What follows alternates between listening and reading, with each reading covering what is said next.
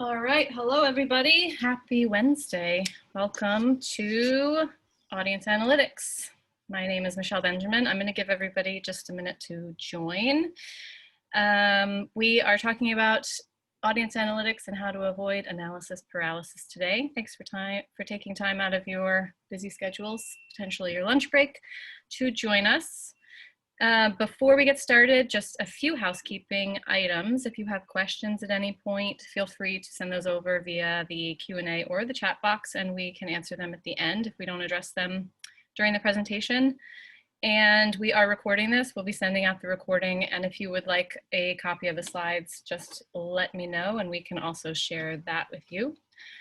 Our presenters today are Stephanie Denevan, our VP of Client Services. She leads our client services team that works with clients across every industry, on every campaign, and she's very well versed in audience analytics. And Tom LaPlante, our Senior Director of Performance Analytics. He is the data guy at AUDIENCEX. We're here to talk about audience analytics and data, so I think we've got an excellent team for that. So without further ado, I will pass it off to Stephanie and Tom. Excellent. Thanks, Michelle. And thank you again, everyone, for joining us today. I want to kick us off just to give you a sense of what we plan to cover. So quick agenda here. We want to touch on setup and strategy. So sort of the planning phase of any digital execution you have and how that's important and relevant when it comes to the data that you intend and want to analyze on the other side. So we'll touch on setup and strategy. We want to speak to tactics and strategies for how and when and why to analyze your data. Again, going back to this notion of analysis paralysis, it's a very real thing. There's a lot of data that you can potentially look at, and we want to give you some practical ideas and tips for how to deal with that. We want to speak on when to use data and when not to. So at what point are your insights actionable? And when should you just take it as a good to know and actually not take action on that insight or that piece of data. And then lastly, we'll of course open it up for Q&A. So look forward to hearing any questions that you guys have as we go. And with that, I want to kick it over to my colleague Tom on setup and strategy. Thanks, Steph, and thanks everyone for joining. Developing a sound launch strategy is key for the success of your campaign, and ensuring that you can break out segments in your report should be your focus. As part of your strategy, there's no doubt that third-party data will and should be included. As a marketer, you have an opportunity to choose from a variety of data segments to reach your target audience. The key here is to use Boolean logic, so and statements, to build that hyper-relevant audience, one that kind of matches or mimics your target audience. Creating these separate dice segments in your setup will help later in evaluating the efficacy of each of them. Lastly, you're probably all familiar with artificial intelligence and machine learning. Leveraging things like lookalike audiences, which are seeded by your purchasing audience, should be definitely used in your launch strategy.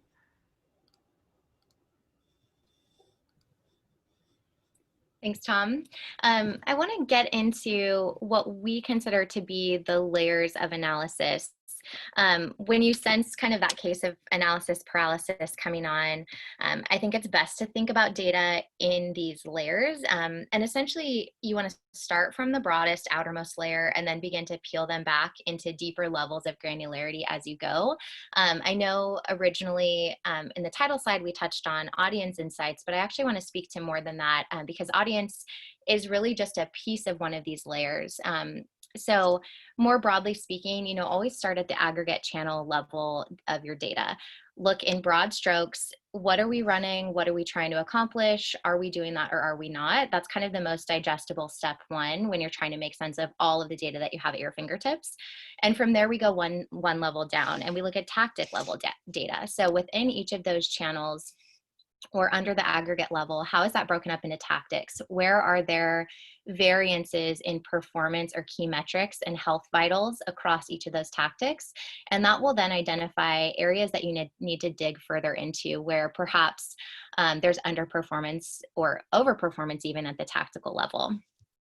From there, again, one level deeper would be any sort of sub-tactics or sub-categorization, like ad groups, for example, that you might have within each tactic. So again, start to dig up all of the key vital signs that you might have available at the subtactic level to find disparities between each subtactic. That might give you a direct kind of path forward of what to pause out, where to heavy up, where to add more budget, where to decrease prioritization, or it might reveal other, again, additional layers to start digging deeper into from there. The fourth layer that I think about in my process as part of this 10-step is the creative level. And I'm not just talking about creative assets, I'm also thinking about things like landing pages, overall messaging, overall communication strategy.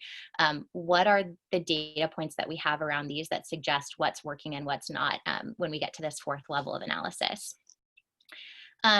From there, we go one step deeper, which is looking at the data by time. So any measure of time that you may have available to understand how does performance of your campaign vary by day? How does it vary perhaps by time of day, by week, by month, year over year, and so on. From there, I would suggest then looking at device level. So you can drill down to desktop, mobile, tablet, cross-device insights. That's a really key layer to assess, again, as you're trying to make sense of all the data.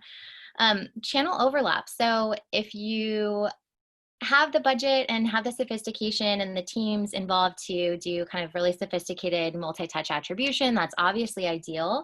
But if that's not the case, there are a lot of ways to sort of do a light NTA approach here, looking at channel overlap by comparing timestamps of your conversions, comparing any kind of IDs or insights that you have at the conversion level from each of your channels against what you're collecting in GA or any other on-site attribution layers.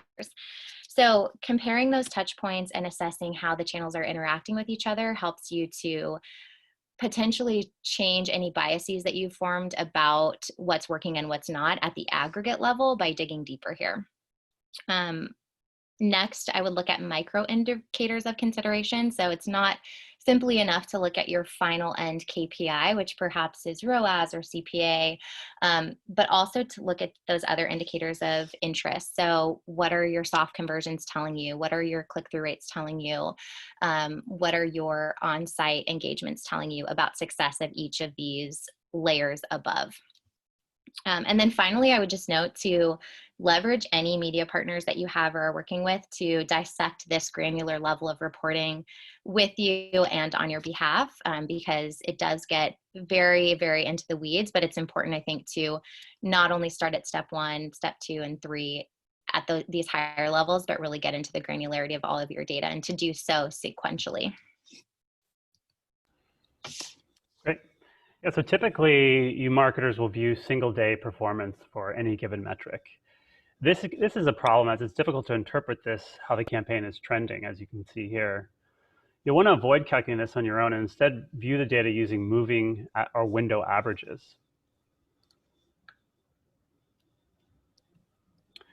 Here's a good one, 14-day. Notice that you can see the data trends upwards. We like to use 14-day to help smooth the graph and remove any day-over-day fluctuation as well as week-over-week fluctuation. Consider the smaller windows like 7-day or even 3-day when looking for early signs of performance shift when there are recent changes made to the campaign. And then lastly, always keep an eye on your running total, which is your aggregate to date performance to monitor how you're doing overall. Always good to keep in mind. So oftentimes KPIs are used are really more performance-based rather than cost-based, and this doesn't really provide a complete picture. Using a cost-based metric like CPC over CTR is one example. Notice how stark the performance difference is between segment A and segment B here, practically twice as much between A and B. However, when you measure this using a cost-based metric like CPC, it tells a different story. The two segments perform relatively similarly. Their difference is actually less than 5%.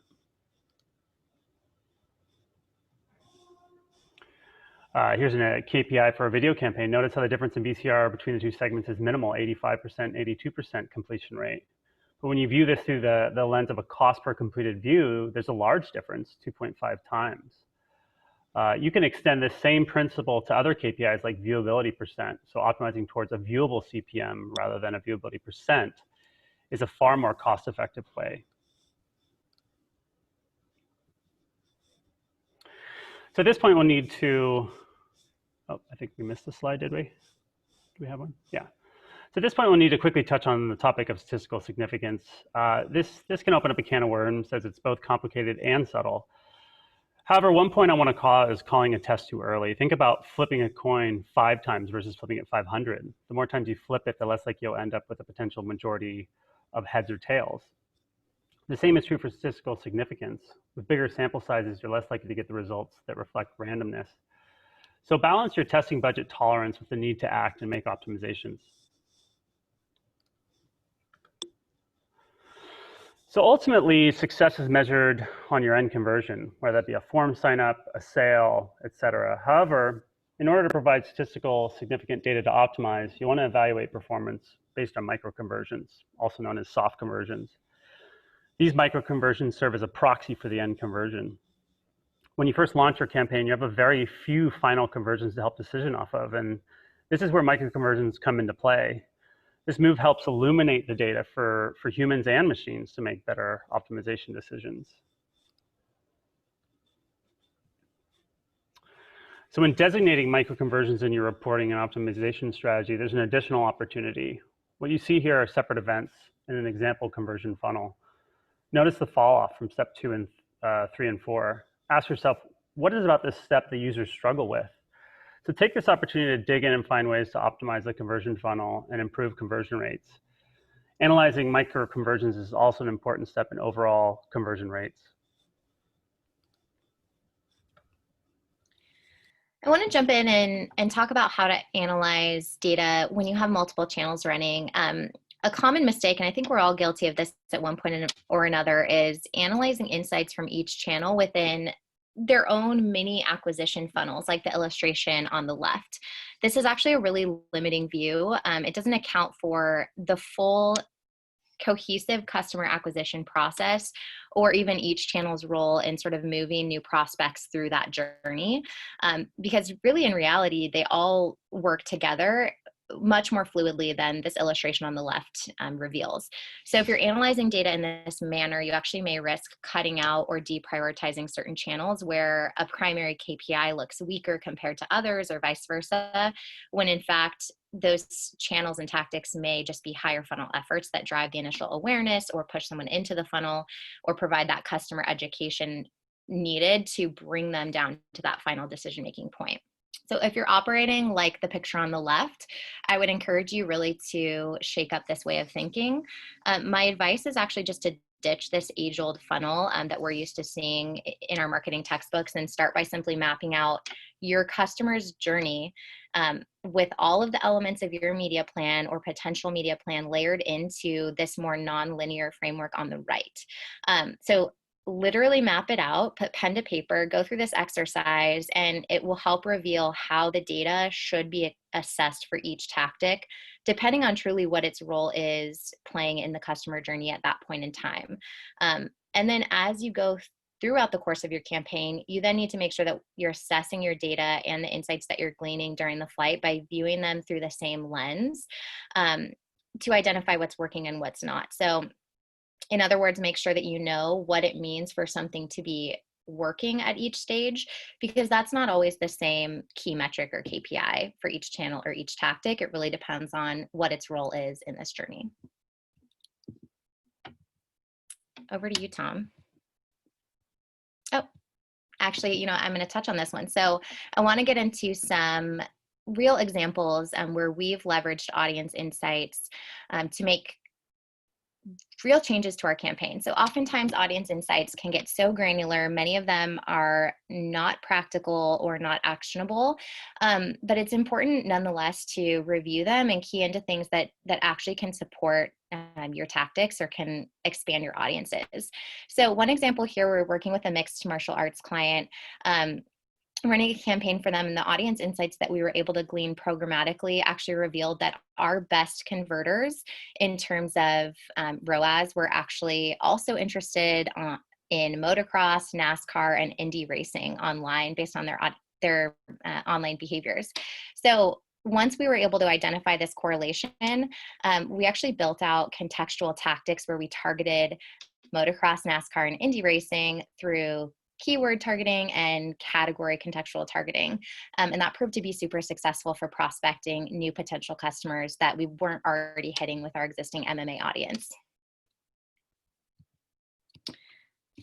Another insight that I think was really interesting and very simple, but really completely changed the course of the way this brand operated, was simply looking at gender insights when digging into what our pixel data revealed about the audiences. So don't be afraid to let data shift your own assumptions, because sometimes our assumptions are wrong and the data really tells the true story. So we've been working with a luxury jewelry client for many years, and their creative, their messaging, their promotions, even their product line, and of course their targeting has always been focused heavily around women, which seems like a very intuitive approach. But upon gleaning these audience insights, we actually found that men were their best audience. They were their best converters. They held the highest lifetime value for them, the highest average order value when purchasing online.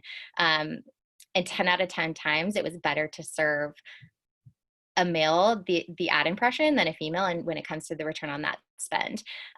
So this is a really simple finding from the audience insights, but it had massive implications for their entire brand communication plans, and completely sort of shifted the way that they thought about messaging, targeting, and approach. So this is something I just want to call out to say, you know, audience insights, while not always actionable, when they can have really large implications. They can really change your return on ad spend when leveraged thoughtfully. And sometimes they kind of contradict the things that we are always thought about our brand or our audience. And it's okay to pivot once you learn these new things from the data. Tom spoke on testing costs and statistical significance. And, you know, we know that it's not always practical and easy to obtain statistical significance from your data. And you're not always making decisions based on highly, you know, scientifically relevant data, but it is important still to leverage your data and test things and run forward with hypotheses when it makes sense. So I think when you do have a directional data point that sparks a hypothesis, and you're trying to decide whether it's worth testing or how much budget to put against that test, or how long to run that test to determine if it's successful, there are a few other key considerations that are important. So I want to touch on those here just to give you some thought starters and ideas. First, how critical is your aggregate KPI and maintaining a certain ROAS or maintaining a certain CPA, considering the financial specifications of your business model? So if there is absolutely no wiggle room and performance cannot go under a certain threshold because of, again, the financial structure, then you'll be less liberal about testing these hypotheses, or perhaps allocate a smaller percentage of budget towards those tests.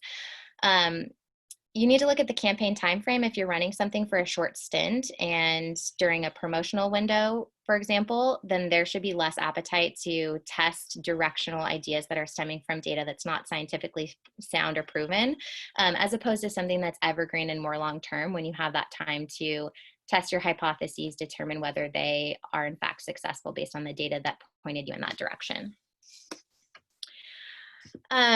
Also think about just generally your organization's tolerance for testing costs. So this is just the willingness for tactics with subpar performance to continue running while more data is gathered, in order to drive more conclusivity. So you know, kind of you and your team and your organization, whether there is a real test and learn sensibility, or whether there's not as much appetite for that. And I think that's an important consideration and conversation to have internally among your group.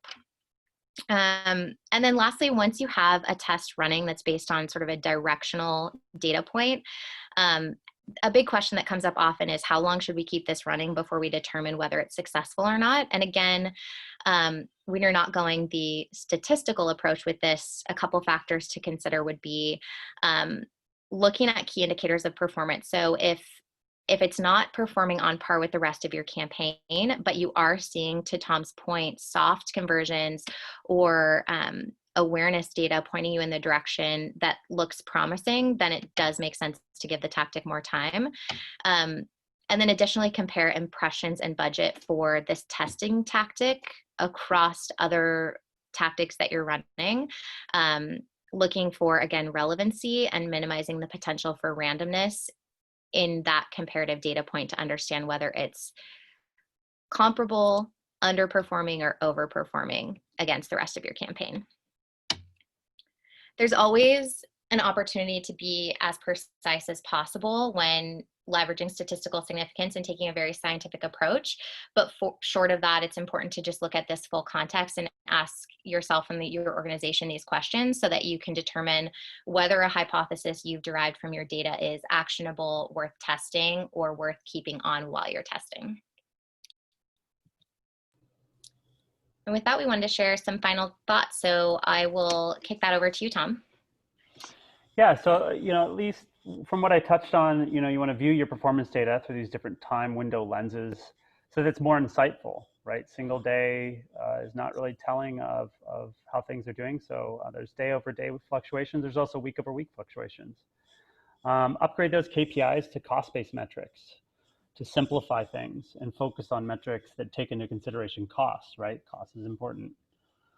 Set up those micro conversions. That helps not only to optimize, your media, but also the conversion funnel on your site.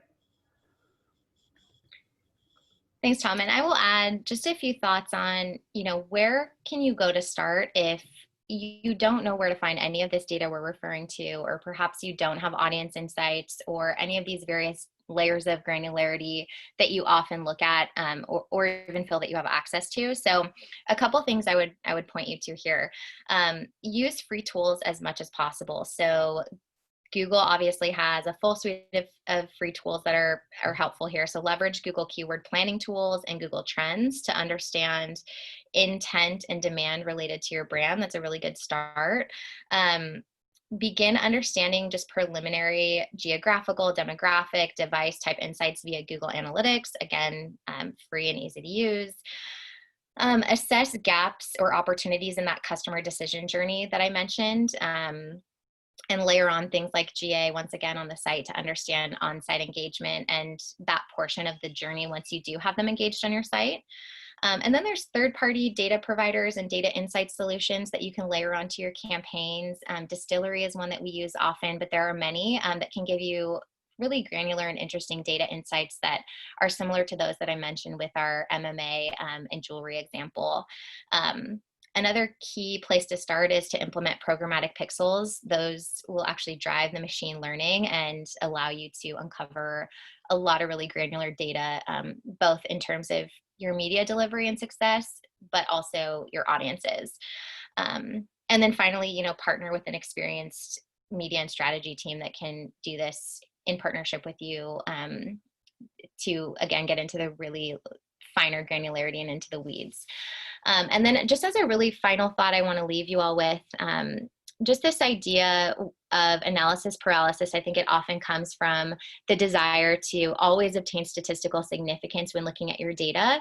And I would sort of release those shackles a bit. I think even if a finding isn't entirely statistically relevant, it still can be useful for your company. It still can spark a thoughtful and strategic hypothesis that's worth moving forward with if there is an appetite to test and learn. If you're working with large data sets, it's possible to obtain results that maybe are statistically significant, but they're also meaningless for you in a practical sense. So there's two sides of that coin. Rather than really obsessing over it, I think thinking about the implications of each of your decisions, thinking about all of the considerations in tandem when testing something and the cost for that test is important. And I think ultimately it's possible to be highly strategic, even if statistical relevance is not always achieved through your data. So with that, we would love to address any questions that maybe have come up throughout the course of the webinar. All right, thanks guys. Yeah, if anyone has any questions, feel free to send them over via the Q&A or the chat box. We do not have any right now, but I'm going to give some people a minute and maybe something will pop up. But in the meantime, I my final thought is, as a marketer, I agree. There's so much data that we look at every day. We're all busy, and sometimes just figuring out which ones to believe or not is almost just comical. You know, it's part art and part science. So we could talk about data all day long, as well as analytics, and I know that's what Steph and Tom spend a lot of their time doing. So, yep. If you flip to the next slide, Steph, we can show you our contact information in case you do have questions that come up. We are happy to answer them. hello@AUDIENCEX comes to me, and we will forward you along to the appropriate person. If you would like a copy of the slides when we send out the recording, just let me know. And we did get one question as I was about to cut it off. We will stop and go there. What are your thoughts on lookalike modeling? Who would like to take that? I can take that. So each platform uses a different method. The walled gardens use one, non-walled garden platforms use different, but this is an example of machine learning, and this is the future. Machines can spot patterns that humans can't. And so conceptually, this is a great idea, and you should leverage this to its fullest extent. You want to seed it with a really strong audience. Obviously, your purchasers is just that. Making sure that those purchasers are people who've made that purchase in a fairly recent time period. Assuming you're an organization that's been around for a long time, your target audience could evolve over time as well. So it's important that you pay attention to how old that data is. All righty, thank you very much. All right, I think that's all we've got for today. Thank you, Steph and Tom, for your time. Thank you, everyone else, for joining us. And we are happy to answer any other questions you have in the future. And with that, I will let you all go, and we'll hope you have a great Wednesday. Thanks, everyone. Thanks all.